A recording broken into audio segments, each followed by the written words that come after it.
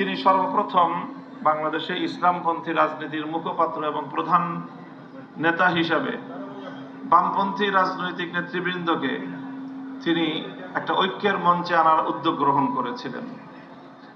এখন বাংলাদেশে ঠিক মাঝামাঝি আরো বেশ কয়েকটি রাজনৈতিক দল গড়ে উঠেছে। তার মধ্যে অন্যতম হলো এবি পার্টি, গণ অধিকার পরিষদ এবং সাম্প্রতিক ছাত্রদের গড়ে ওঠা এনসিপি সহ আরো বেশ কিছু সংগঠন আমরা মনে করি যারা আদর্শিক জায়গা থেকে বড় রাজনীতি করছে। তারা এই বাংলাদেশের জনগণের মধ্যে রাজনৈতিক অঙ্গনে একটি সেতু বন্ধনের গুরুত্বপূর্ণ ভূমিকা পালন করতে পারে।